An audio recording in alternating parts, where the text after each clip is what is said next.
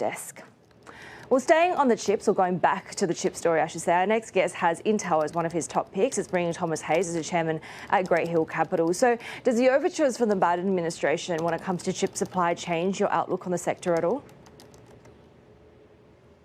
Yeah, well, I think that's been helpful, the $52 billion commitment to help the chip industry. But when you look at Taiwan Semiconductor, they've said recently that they think that the chip shortage will start to alleviate over the next couple of quarters.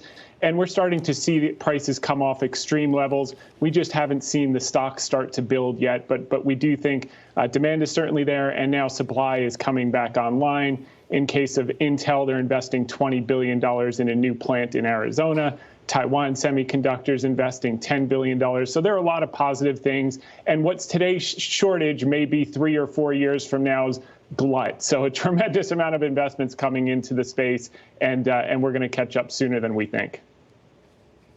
So the potential acquisition of Global Foundries, does that help? How much does that help, I should ask, Intel catch up to TSE? Well, it would be phenomenal, except for the fact that the CEO of Global Foundries was on this morning kind of dismissing the idea that it was going to happen. So even in the face of that potential acquisition being potentially scuttled, $30 billion acquisition would have been very promising for Intel. They still have the lion's share of the PC and server processor markets, and sales in the server processing markets is going to grow growth in the short term, and that's going to be a key catalyst for growth. And then you take a look at in this type of market that's 1.6% off its recent highs. Where do you find value? Intel's trading at about 11.5 times next year's earnings. Over the last 15 years, its average PE has been about 15 times.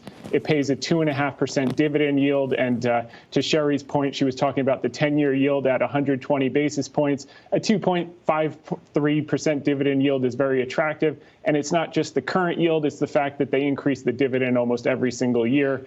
Intel is a regular dividend grower. They're going to buy back shares. They're going to continue to grow. And maybe they'll have some of these major acquisitions. They're just not confirmed at present. Is that search for value why you're going into China? Because the GTV chart on the Bloomberg shows how, say, the Golden Dragon NASDAQ index has really underperformed with the CSI 300 given the tech crackdown.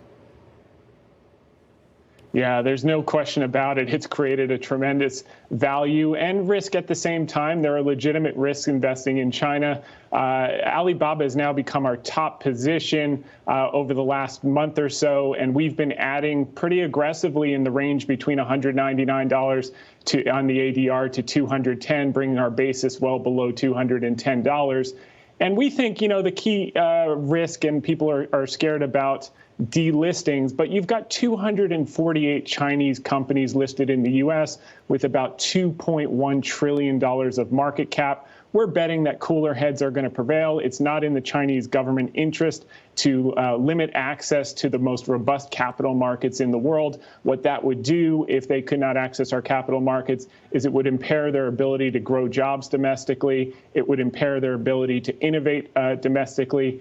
And for those people who are saying, well, institutional managers would just buy the shares in Hong Kong, well, we recently got a warning out of the administration that Hong Kong is not necessarily the safest place to do business as well. So I think it puts the Chinese government in a spot that we're going to have to come to the table between DC and Beijing to get this resolved and move forward. What's your time frame when investing in these Chinese tech stocks? Because I do get that perhaps these are bargains right now, but at the same time, many wonder that we will see more regulatory crackdown down the line with Beijing. So why wouldn't you get into the market later on instead of right now? Yeah, our time frame is 12 to 36 months. If things go well, it could be much sooner. But I think what we saw on July 8th is that a lot of the larger Chinese stocks bottomed. And the catalyst for that recent bottoming, was when the Chinese regulator approved Tencent's purchase of Sogu. And the message that sent to the market was that they're not going to just say no to everything and punish them if they're a big tech company. They're actually going to look rationally on a deal-by-deal basis. And that approval said that the regulator was being reasonable once again. And, when you look at these valuations, Sherry, Alibaba's trading at 17.5 times next year's earnings. Its average multiple since going public in 2014 is 28 times. And you can basically buy this stock at July 2018 prices in July 2021. The only difference is it's the same price, except they've doubled earnings per share, they've doubled revenue per share, and they've doubled cash flow per share. So double the business for the same price. And furthermore, when you look to valuation, if you look at the compound annual growth rate of revenue, 44.1% before going public, EBITDA 23%, but enterprise value is only 13% CAGR, and that gap is going to be filled. And that's why we think over the next 12 to 24 months, this could be a $300 stock on the ADR. Good to know. Thomas Hayes, chairman at Great Hill Capital. Thank you so much for your insights. Of course, we are awaiting the China Open as well as other major markets across Asia. Let's turn to Soph for what to watch. Soph?